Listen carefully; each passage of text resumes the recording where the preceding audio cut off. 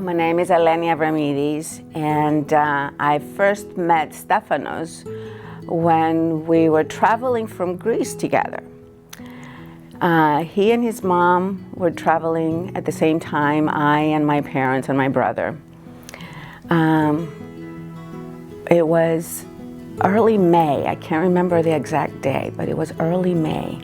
And I think he was probably 13 and I was 10. I had never seen him before, and I didn't realize at that time that we were going to the same destination.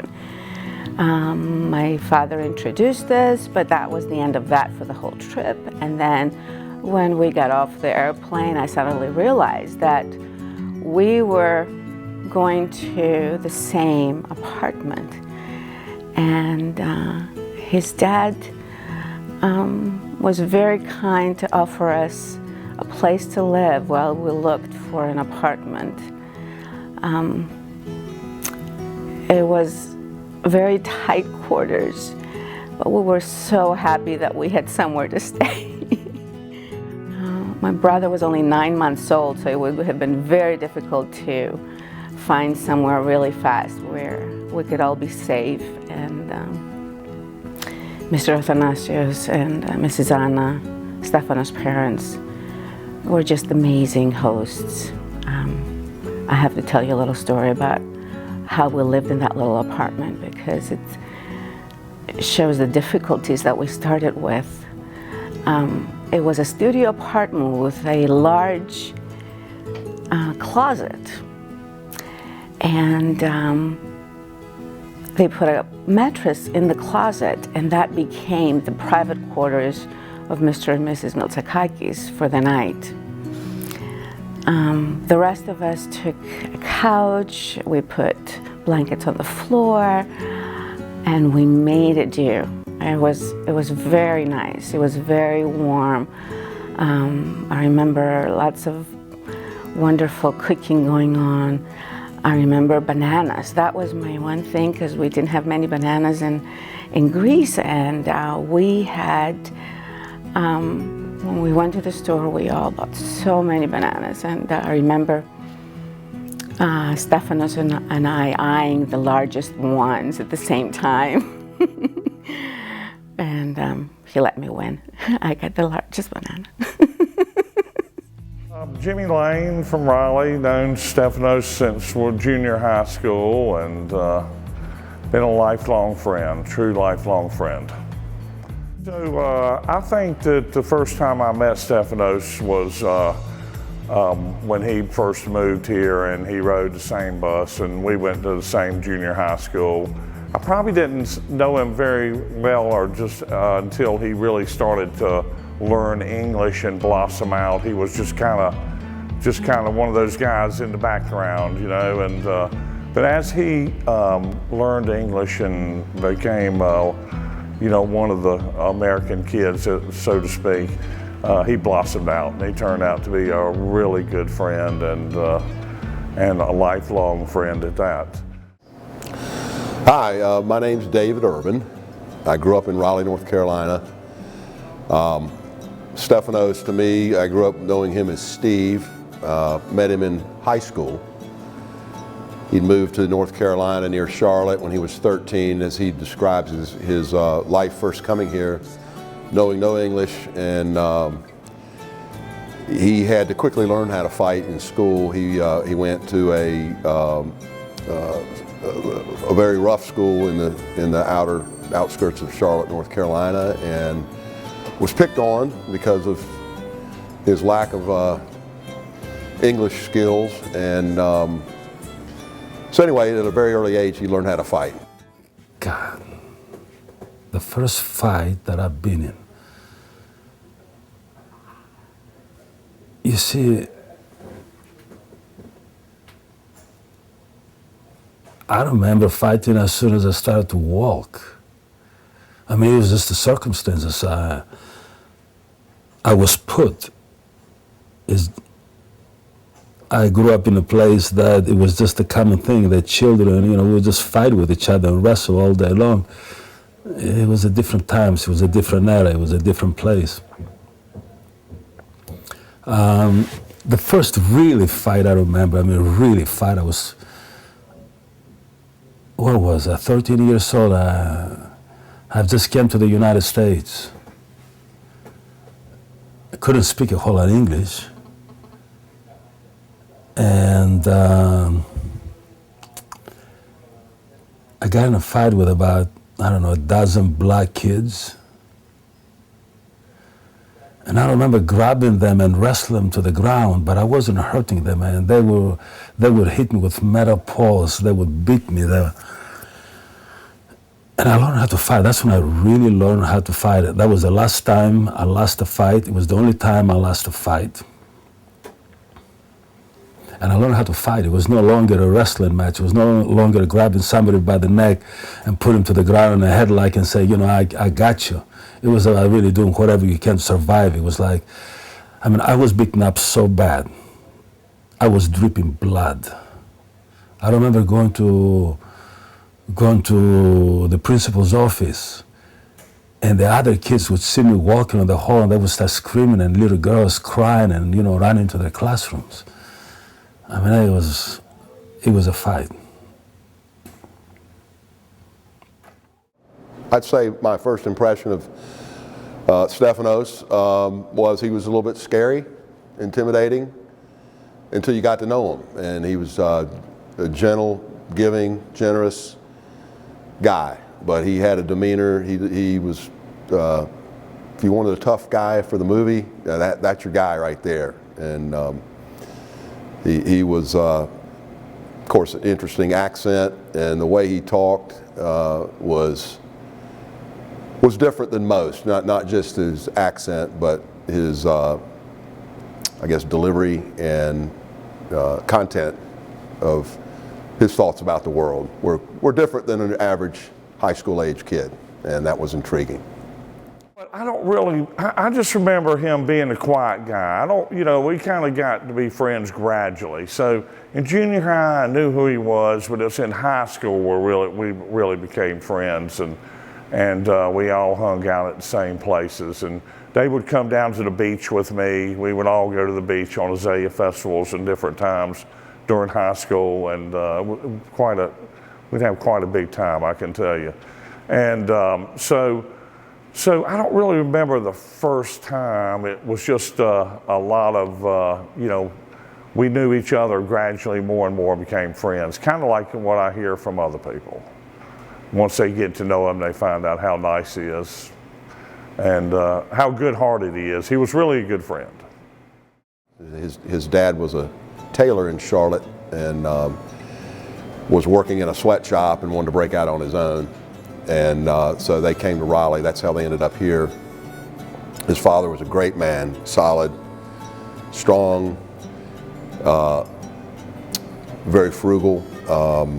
He made custom clothing for a lot of the alumni, NC State alumni, teachers, faculty, coaches.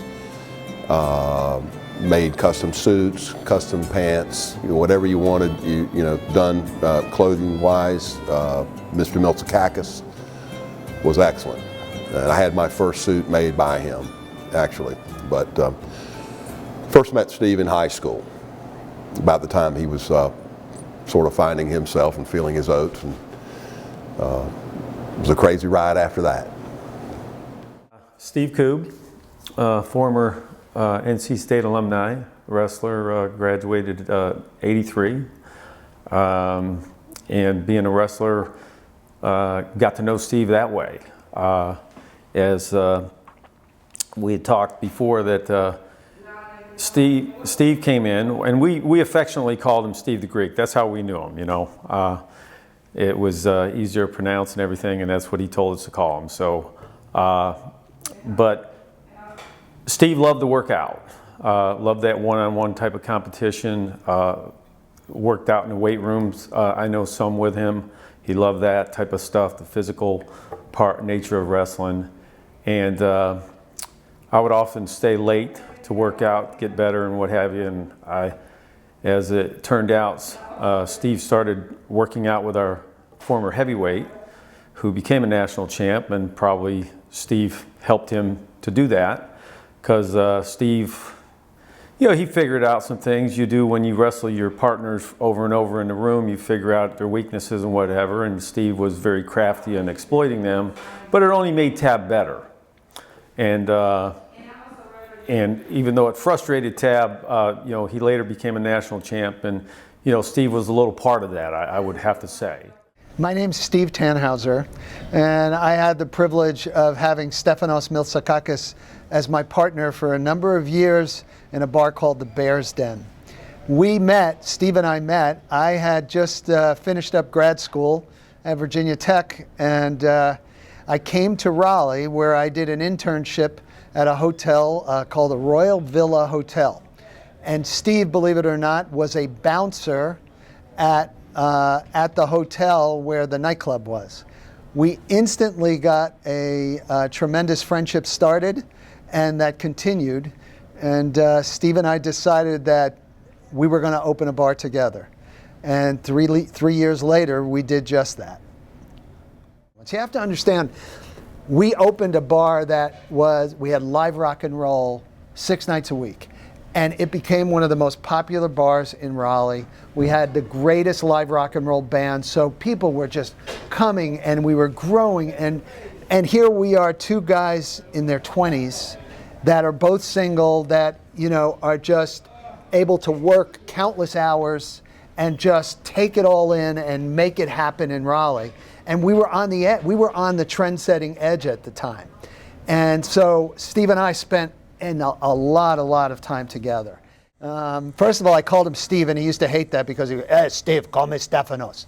And I'd always call him Steve. But Stefanos was, first of all, everything about him was incredibly unique.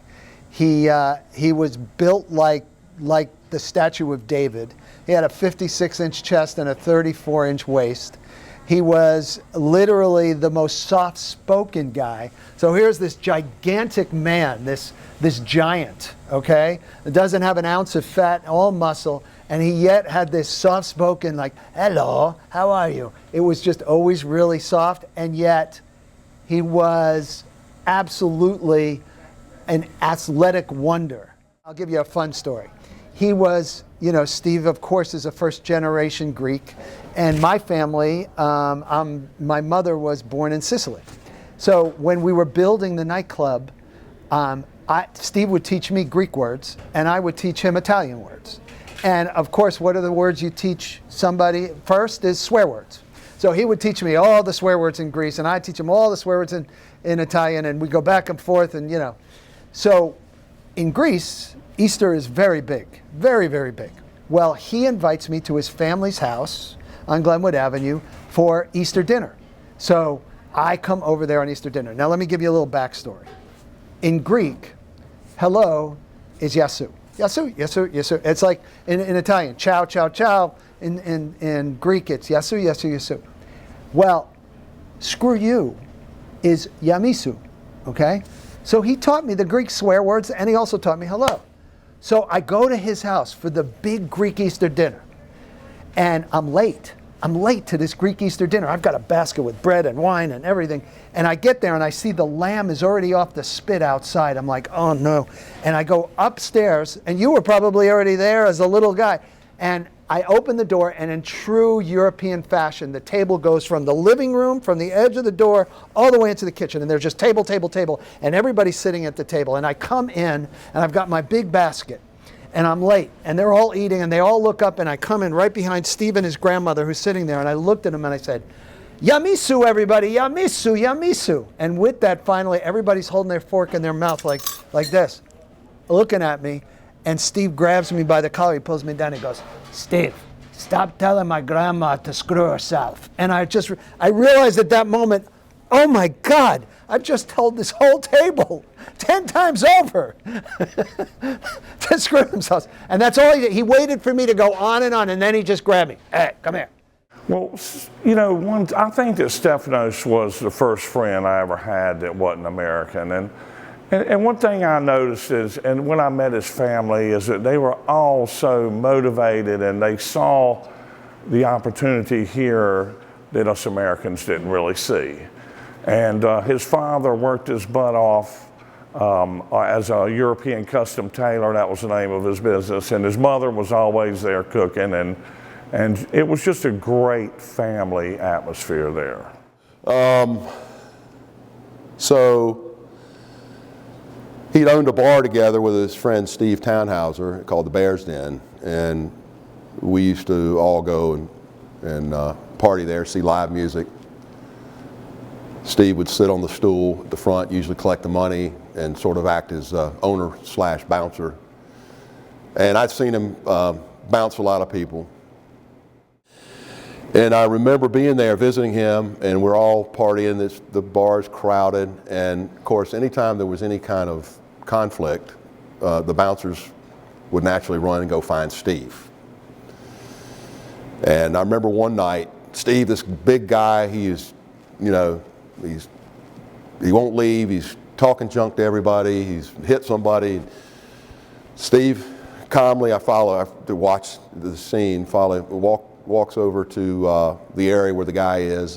The guy's probably, I'm going to guess, about 6'5". He was a football player for the Philadelphia Eagles. I'm guessing 6'5", probably 250, 260, big guy. And Steve walks up to him very calmly. Again, he holds his finger out. He says, "I'm going to give you one chance to live." And the guy grabs his hand, makes a big goofy face and just grabs his hand. And I don't remember what happened next because it was a split second.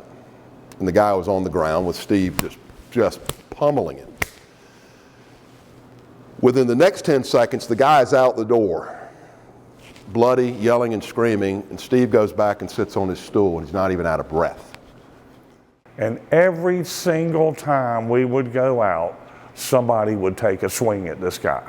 I have never seen anything like it in my life. You're obviously going to get killed, and I never saw anything more than 2 punches. He hit them, and they hit the ground. This limo rode by with this good-looking girl in the top of it, and they stopped and paused, and she said hello to Stefanos, and he just reached over and picked her right out of the top of that limo and said, "Come on." And it was kind of impressive to see this guy lean over and just go, bloop. This fairly, she wasn't a little girl, she wasn't big, but she was attractive, and he plucked her right out of the top of that limo like it wasn't anything. If I had the choice of anybody defending me in my life, or a choice of somebody to partner with, somebody to be in the trenches in warfare, that'd be the guy. Calm, stoic, brave, strong, and he didn't give up on anything easy.